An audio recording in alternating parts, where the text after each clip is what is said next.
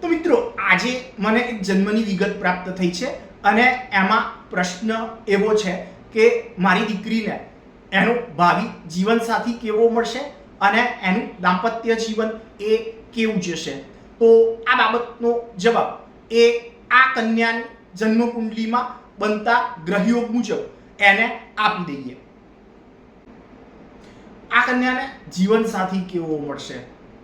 આ બાબત જોઈએ। તો આ બાબત જોવા હેતુ જૈનાચાર્ય મુનિ અશોક કુમાર નેમી ચંદ્રોપાધ્યાય જતી એમના દ્વારા લિખિત કુંડલી ગ્રહફળ વિજ્ઞાન આ પુસ્તકના વર્ણનને જો જોઈએ તો એમના વર્ણન મુજબ જન્મકુંડલીનો સાતમો ભાવ, સાતમા ભાવમાં બનતો ગ્રહયોગ, સાતમા ભાવમાં આવતી રાશિ, એના સ્વામી ગ્રહની સ્થિતિ આવી બાબતને જોઈ અને સર્વ બાબત કહેવી આવું કહેલું છે। આ વર્ણન મુજબ જો જોઈએ તો જન્મકુંડલીમાં જ્યાં લ લખ્યો છે ત્યાં 6 અર્થાત કન્યા રાશિ આવે છે, એટલે આ જન્મકુંડલી જે છે એ કન્યા જન્મ લગ્નની જન્મકુંડલી છે એવું સમજવાનું છે। હવે જ્યાં લ અથવા 6 લખ્યું છે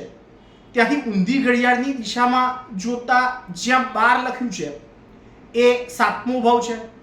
તથા ત્યાં કોઈ ગ્રહ નથી યા ગ્રહયોગ કે ગ્રહ સંયોગ બનતો નથી, એટલે હવે આ સાતમા ભાવમાં આવતી રાશિ 12 અર્થાત મીન રાશિ એના સ્વામી ગ્રહ એની સ્થિતિને જો જોઈએ તો 12 અર્થાત મીન રાશિના સ્વામી ગ્રહ ગુરુની સ્થિતિને જો જોઈએ તો આ ગુરુ જે છે એ 10મા ભાવમાં 3 અર્થાત મિથુન રાશિમાં રહી અને પોતે પોતાની અસ્તની સ્થિતિમાં રહી અને નિર્બળ સ્થિતિને ભોગવે છે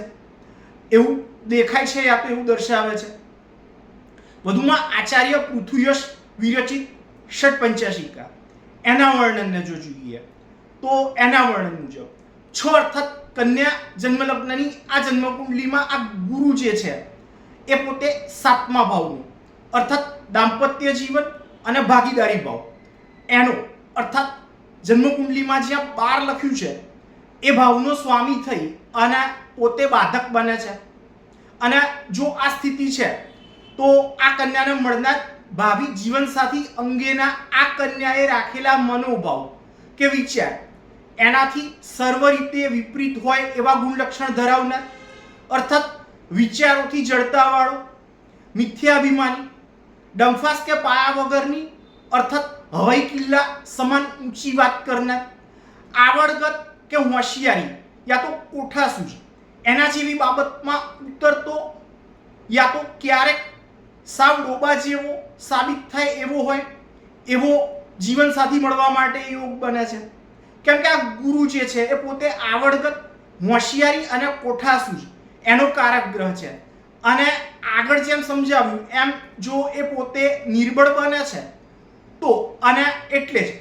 માત્ર શારીરિક સમૃદ્ધિ જે છે એ સારી હોય અર્થાત વ્યક્તિ જે હોય એ જાડો હોય, કેમ કે નિર્બળ ગુરુ જો હોય તો એ ઘેરાવો કે શારીરિક મેદની વૃદ્ધિ કરે અને કાર્યક્ષમતા અથવા કાર્યદક્ષતા જે છે એને ઘટાડે, એટલે જ કાર્યક્ષમતા યા કાર્યદક્ષતાની દ્રષ્ટિએ રેડિયાળ જેવો હોય એવો,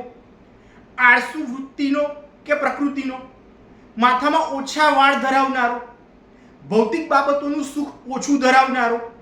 નાની નાની બાબતમાં દેખાડા કે ભપકા એવી બાબત વધુ કરવા કે આચરવા વાળો,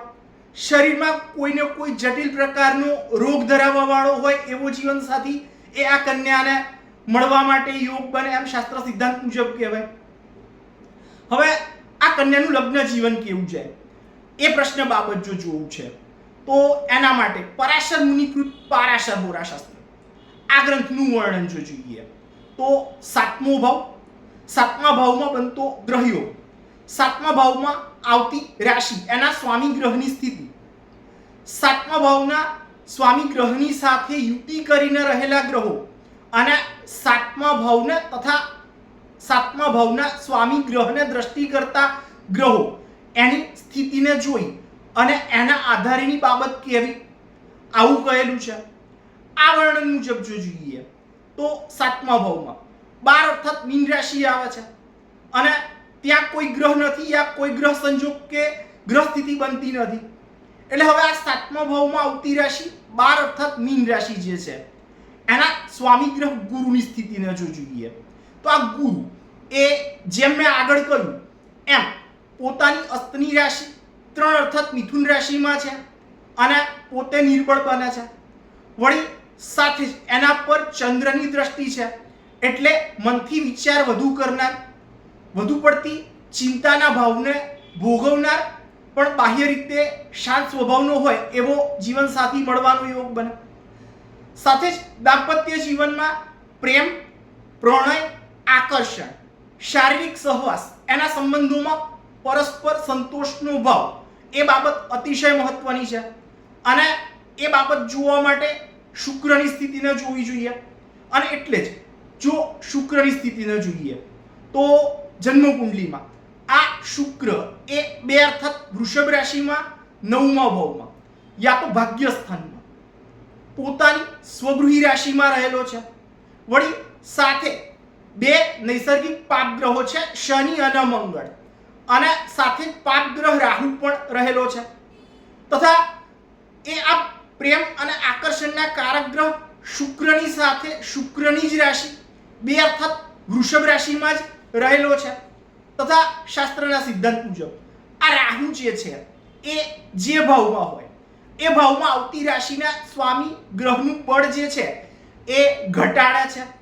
આ રીતે જો જોઈએ તો આ રીતે જોતા આ રાહુ એ 9મા ભાવમાં યા તો ભાગ્ય સ્થાનમાં આ 9મા ભાવમાં આવતી રાશિ 2 અર્થાત વૃષભ રાશિ એના સ્વામી ગ્રહ શુક્રની સાથે જ રહેલો છે અને એટલે જ એ ભાગ્ય સ્થાનને નિર્બળ બનાવે છે અને સાથે જ આ શુક્ર જે છે એ પ્રેમ, પ્રણય, આકર્ષણ, શારીરિક સહવાસના સંબંધ એનો કારક ગ્રહ છે અને એની સાથે રાહુ હોવાના કારણે શાસ્ત્રમાં જેને વિયોગ યોગ કયો છે એવો યોગ બને છે. અર્થાત આ વિયોગ બાબત જોઈએ તો શાસ્ત્ર સિદ્ધાંત મુજબ બંને વિજાતીય પાત્ર જે હોય એ જ્યારે સાથે હોય ત્યારે પરસ્પર એકબીજાથી મનમેળ ના રહે અને જો એકબીજાથી દૂરના અંતરે હોય તો સતત એકબીજાની ચિંતા કર્યા કરે આવો યોગ બને છે. આને વિયોગ યોગ કયો છે. આ રીતે લગ્ન જીવન જે છે એ પરસ્પર અસંતોષ, ચિંતા, પીડા, વિટંબણા અને ઉચાટ એના વાળું બની અને રહી જવાનો યોગ બને છે. પ્રેમ, પ્રણય, આકર્ષણ, શારીરિક સહવાસના સંબંધોમાં ઉણપ કે ક્ષતિ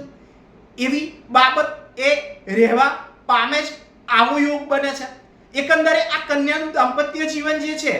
એ સારું જવાયા વ્યતીત થવાનો યોગ બનતો નથી. આવું આ કન્યાના જન્મના ગ્રહોની સ્થિતિને જોઈ અને મારે સીધે સીધું કહી દેવું છે. તો મિત્રો, જો તમારા જીવનમાં પણ આવો કોઈ પ્રશ્ન હોય અને એ પ્રશ્ન બાબતનું માર્ગદર્શન એ જો તમે મારી પાસેથી મેળવવા માંગતા હો યા તો જન્મકુંડલીમાં બનતા કોઈ ગ્રહયોગ વિશે જો તમારે જાણકારી જોઈતી હોય તો એના માટે તમે મારો સંપર્ક અવશ્યથી જ કરી શકો છો.